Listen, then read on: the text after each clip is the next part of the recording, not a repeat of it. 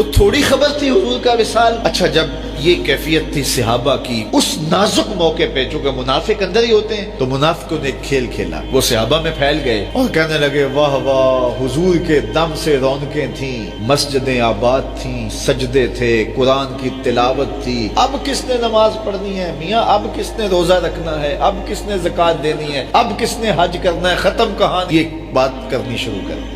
अब ये बड़ी नाजुक सूरत हाल। तो क्या हजरत अबू बकर का कलेजा नहीं जल रहा था? लेकिन इस मौके पे हजरत अबू बकर खड़े हुए और फिर हजरत अबू बकर सिद्दीक ने लोगों से मुखातब हो कहा, लोगों मुझे एक बात बताओ कि तुम अल्लाह की इबादत करते थे या हुजूर की करते थे? लोगों ने कहा कि अल्लाह की। क्या हुजूर के विसाल के बाद तुम अल्लाह की इबादत छोड़ दोगे? कहा नहीं। कहा मुझे बताओ, जिस दीन को सरबुलंद करने के लिए हुजूर ने अपनी सारी जिंदगी लगा दी, तो क्या हुजूर के चले जाने के बाद उस मिशन को छोड़ दोगे? लोगों ने कहा नहीं। तो कहा फिर उठो और नबी के दीन का परचम थाम लो।